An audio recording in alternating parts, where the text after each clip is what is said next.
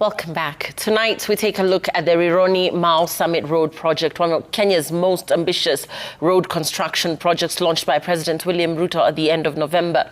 The billion-dollar highway is expected to transform a long-congested and accident-prone route linking Nairobi to Western Kenya and the East African region. With a 2027 completion timeline, we explain what is being built, how it is being funded, as Jasmine Wamboi tells us.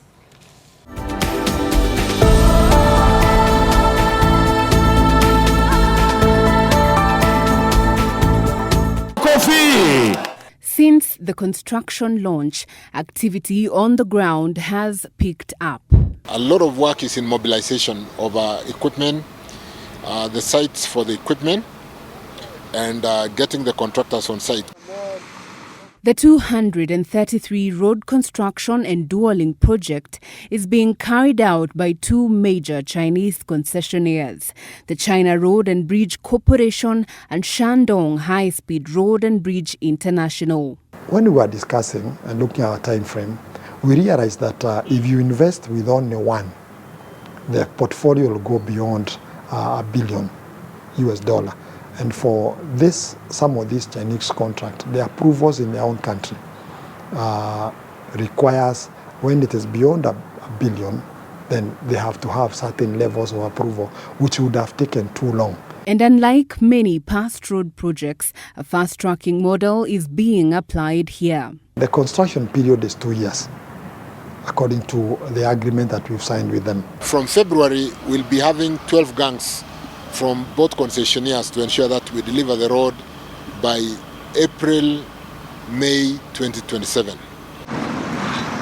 The 12 gangs refer to organized work teams operating simultaneously on different sections of the highway. We'll see a lot of progress.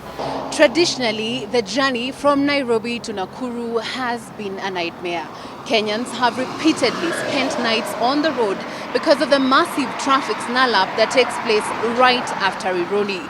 But the government now says that starting December of 2027, this is bound to change.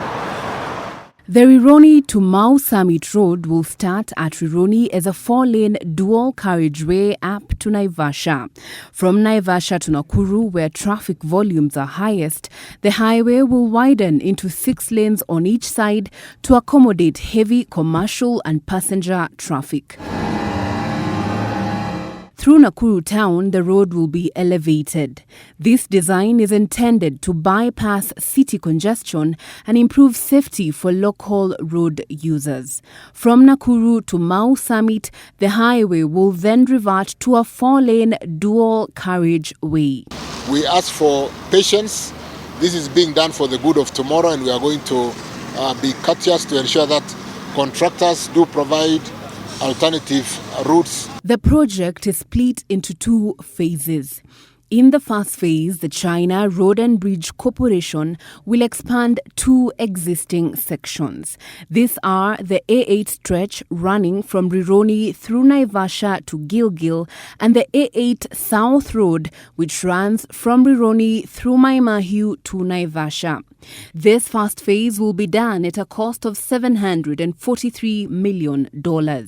The second phase, to be undertaken by the second concessionaire Shandong High-Speed Road and Bridge International, covers the single-lane road from Nakuru to Mau Summit. Expanding this 94-kilometer section will cost about $678 million. Combined, the 2 phases will form a continuous high-capacity highway linking Nairobi to Western Kenya and the larger East African region. Construction is expected to be completed by the end of 2027 at a total cost of $1.4 billion. This is about 184 billion shillings. 2027 siku ya madaraka tarehe 1 mwezi wa 6. Mimi nakuja kufungua hii barabara ikiwa imekamilika. Nyenye mnanielewa? We always elect our leaders so that they can bring development to our regions. So if the president is going to use this project to lure us as voters, we have no problem. After completion, the two concessionaires will operate the road for 28 years to recover their investment and earn returns before handing it back to the government.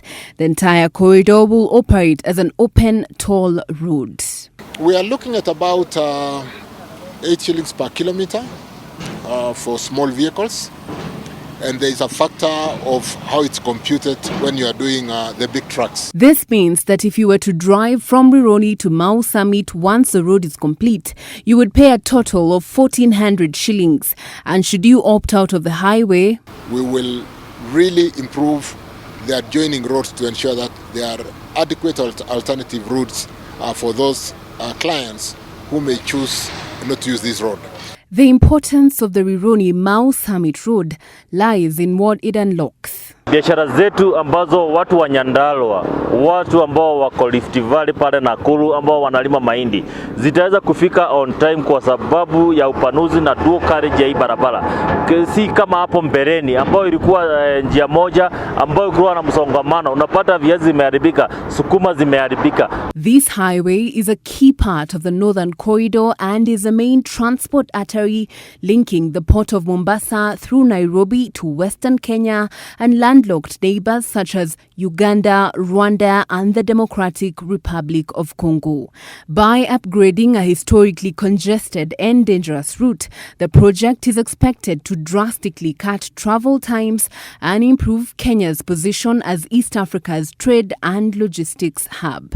It's really upon us to ensure that we do not give in to competition out of Djibouti port or out of Dar es Salaam port, because don't forget that if our competitors have got easier access to market, easier movement because of good infrastructure, they definitely take that competitive advantage out of Kenya.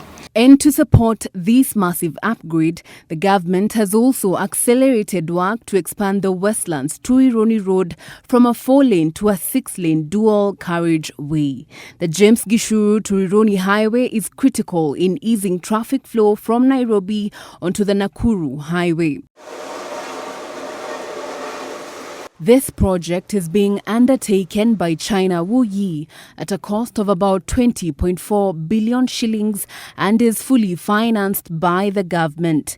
It is now about 82% complete, according to the Kenya National Highways Authority. Together with the Rironi Mau Summit Road, it will remove one of the biggest bottlenecks on the corridor. We'll construct outside the new road before we come and rehabilitate and upgrade where the current road is sitting. So we'll not see much congestion.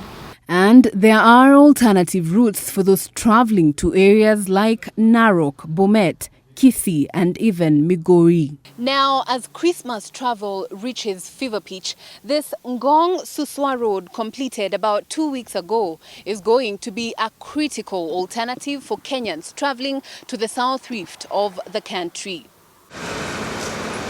This project comes after the termination of an earlier agreement with a consortium led by Vinci from France earlier in the year. The new deal was announced during President Ruto's state visit to Beijing in April 2025. Jasmine Wamboi, Citizen TV.